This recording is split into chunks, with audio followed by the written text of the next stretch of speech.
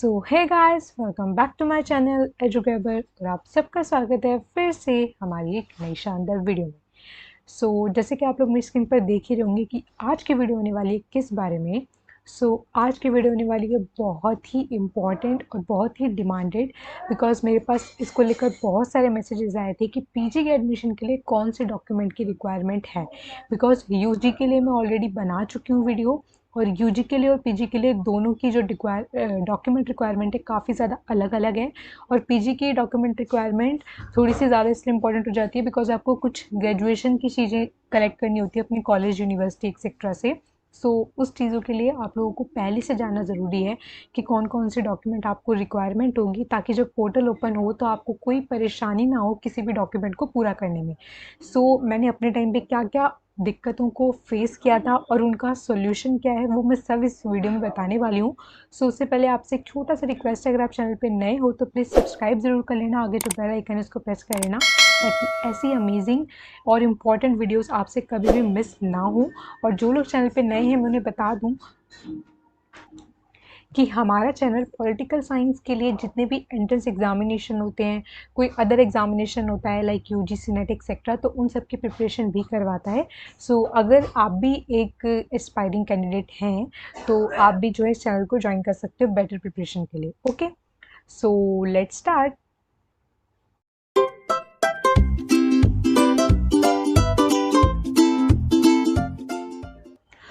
ये साइट मैंने आप लोगों के लिए प्रिपेयर की है। इसमें मैंने पूरे एक एक चीज़ को लिखा है, लेकिन सिर्फ जो इतना लिखा है उतना काफ़ी नहीं है। इसके अलावा बहुत सारी इंस्ट्रक्शंस आप लोगों को मुझे देनी है, जो मुझे अपने टाइम पे फेस करनी पड़ी थी और मुझे उसकी वजह से काफ़ी ज़्यादा प्रॉब्लम आई थी अपने एडमिशन के टाइम पे।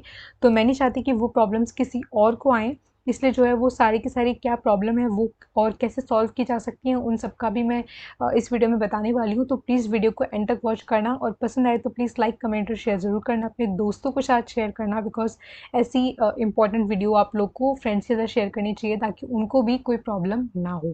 ओके, सबसे पहले हम बात करते हैं due required PG admission document. सबसे पहले मैं आपको बता दूं कि ये डॉक्यूमेंट आपको कौन से स्टेप पर चाहिए।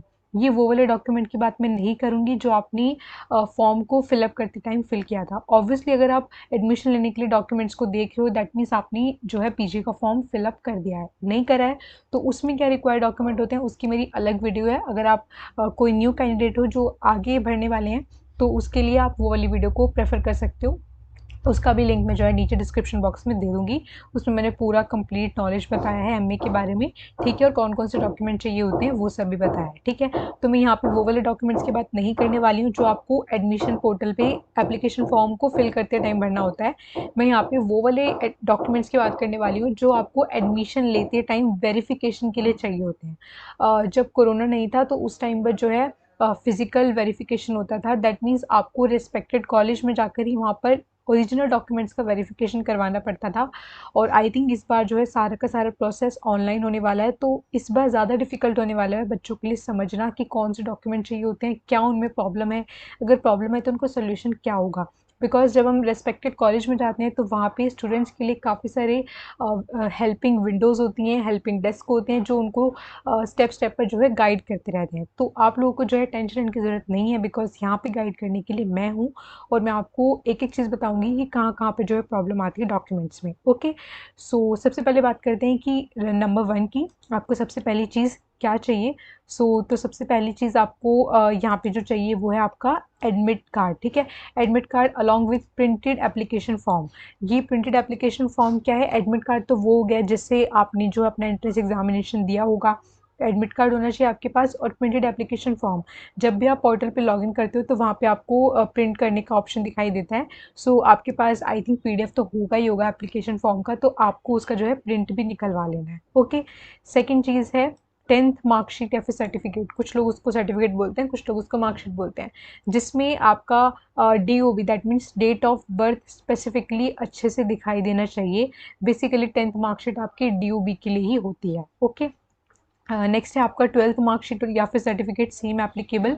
12th का मार्कशीट आपके पास होना चाहिए, और ये सब मैं ओरिजिनल की बात कर रही हूँ। ओके, उसके बाद है आपका 4 पासपोर्ट साइज फोटोग्राफ्स। तो आई थिंक आपको ज़्यादा ही रखनी चाहिए फोटोग्राफ्स, तो ऐसी चीज़ें जो आपको बार बार जो है इम्पॉर्टेंट हैं और बार बार आपको जो है नीड होती रहेगी। सो पासपोर्ट साइज फ़ोटोग्राफ का जो नंबरिंग है उस पर आप ध्यान मत देना, बिकॉज पासपोर्ट साइज फ़ोटोग्राफ जो है कहीं पर भी आपके लगाने के लिए मांग सकते हैं, बट बेसिकली आपको 4 चाहिए होंगे। ओके, देन है आपका degree certificate along with marksheet. ये क्या है? ये आपका ग्रेजुएशन के मार्कशीट की बात यहाँ पे की गई। आई थिंक मैं ग्रेजुएशन वर्ड लिखना भूल गई हूँ, और सॉरी फॉर द मिस्टेक। लेकिन डिग्री से आप लोग समझ गए होंगे कि ऑब्वियसली मैं डिग्री का मतलब है पीजी से पहले यूजी वाली डिग्री। ओके, सो जो डिग्री होती है वो काफ़ी टाइम में आती है। लाइक जिन्होंने इस साल जो है अपनी अंडर ग्रेजुएशन पूरी करी होगी, उनका जो डिग्री है वो काफ़ी टाइम बाद आएगा, तो इसलिए यहाँ पे लिखे अलॉन्ग विद द मार्कशीट। अगर आपके पास, अगर आप कोई पुराने कैंडिडेट हो, कभी आपने कुछ साल पहले यूजी की थी, तो आपके पास अपना डिग्री होगा, तो सिर्फ डिग्री से काम नहीं चलेगा, उस डिग्री के साथ आपका जो मार्कशीट था फाइनल वो भी आपके पास होना चाहिए।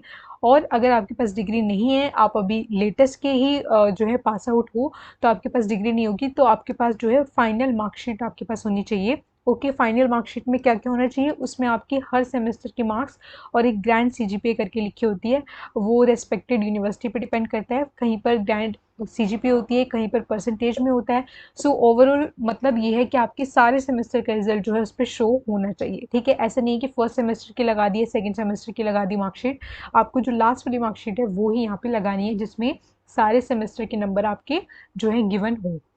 ओके, नेक्स्ट है हमारा reserve category valid certificate SC ST OBC EWS and PWD. अब ये यहाँ पे सबसे ज़्यादा इंपॉर्टेंट चीज़ है। वो क्या है? यहीं पे मुझे भी प्रॉब्लम आई थी अपने एडमिशन के टाइम पर। सो यहाँ पे क्या है, सबसे पहले वैलिड सर्टिफिकेट का मतलब यहाँ पे क्या है? ठीक है, वैलिड सर्टिफिकेट से ये लोग क्या कहना चाहते हैं? सो वैलिड सर्टिफिकेट से इनका मतलब है कि जो एसडीएम ऑफिस से जो है जारी किया जाता है, वो वाला नहीं कि कुछ लोग क्या करते हैं, एक सेल्फ रिटर्न या फिर एक एफिडेविट टाइप का बनवा लेते हैं जो कि एप्लीकेबल नहीं होता। ठीक है, उस पर वैलिड गवर्नमेंट ऑफ इंडिया की तरफ से जो है वो इशू होना चाहिए। तो वो कहाँ से होगा? आपका जो भी रेस्पेक्टेड एसडीएम ऑफिस है आपके एरिया के पास, आप गूगल पे चेक कर सकते हो, वहाँ से ही बनता है। ओके, तो आज आप किसी भी कैटेगरी से बिलोंग करते हो, चाहे एससी से, एसटी से, ओबीसी से, ईडब्ल्यूएस, पीडब्ल्यूडी, सबका जो है वहाँ से बनता है। और सबसे ज़्यादा इंपॉर्टेंट बात यहाँ पे क्या है? वो फाइनेंशियल ईयर का होना चाहिए। दैट मीन्स अगर आप इस साल एडमिशन ले रहे हो, तो आपका जो है वो हाल फिलहाल का ही होना चाहिए सर्टिफिकेट। की प्रॉब्लम मेरे साथ भी आई थी। मेरा जो सर्टिफिकेट था वो पहले बन चुका था, लेकिन मुझे ये नहीं पता था कि वो लेटेस्ट ईयर का चाहिए होता है। अगर आपके पास बना हुआ है तो भी आपको दोबारा बनवाना पड़ेगा वो लेटेस्ट ईयर का। दैट मीन्स आपके पास जो है अप्रैल या फिर मार्च के बाद का जो है 2021 का बना होना चाहिए। सो यही चीज़ के लिए मैंने आपके लिए वीडियो पहले ही बनाई है, बिकॉज ये बहुत ज़्यादा ज़रूरी है।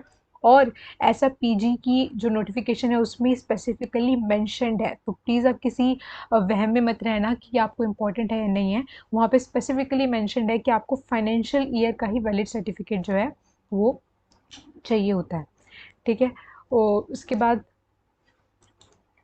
और मुझे पता है इन सब चीज़ों को बनने में टाइम लगता है, तो वहाँ पर एक ये बात भी लिखी हुई है कि अगर आपने अप्लाई भी कर रखा है, तो आपके पास जो है एक स्लिप होती है, तो आप उस स्लिप को तब तक जो है अपने कॉलेज में दिखा सकते हो, लेकिन आपको उनको टाइम देना होगा कि इतने टाइम में जो है मैं अपना सर्टिफिकेट जो है जमा करवा दूँगी या करवा दूँगा। ठीक है, तो उस स्लिप को आप दिखा के ये शो कर सकते हो कि हमने अप्लाई कर रखा है, लेकिन जैसे ही हमारा सर्टिफिकेट आता है हम आपको जो है सबमिट कर देंगे, और वो आपको सबमिट करना कंपल्सरी है। ऐसे नहीं कि अगर आपने स्लिप दिखा दी है तो उसके बाद आपको सर्टिफिकेट नहीं दिखाना है।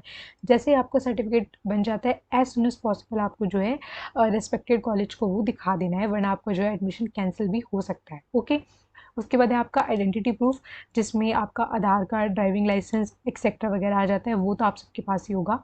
Then two undertaking which can be download from official site.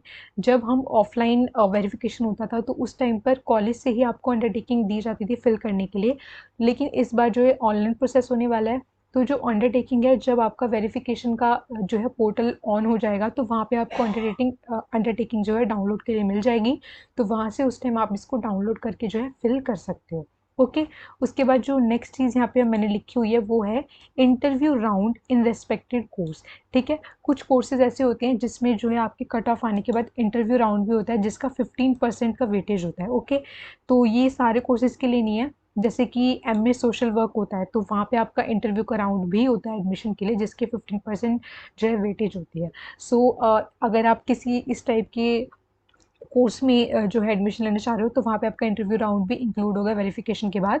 सो आज के वीडियो में सिर्फ इतना ही। तो उम्मीद है आपको सारी की सारी जो मैंने बातें बताई वो आपको समझ आ गई होंगी। फिर भी आपको कोई कन्फ्यूज़न है तो आप मुझे जो है कमेंट बॉक्स में बता सकते हो, या फिर टेलीग्राम पे मुझे ज्वाइन कर सकते हो। ज्वाइनिंग का लिंक आपको नीचे डिस्क्रिप्शन बॉक्स में मिल जाएगा। वहाँ पे आपकी तरह काफ़ी सारे बच्चे मेरे साथ ऑलरेडी जॉइंट हैं जिनकी प्रॉब्लम मैं वहाँ पे लेती रहती हूँ, और सारी की सारी जितनी भी लेटेस्ट न्यूज़ होती है वहाँ पे मैं डालती रहती हूँ। सो आपके लिए बेटर होगा अगर आप ज्वाइन कर लेते हो, ठीक है।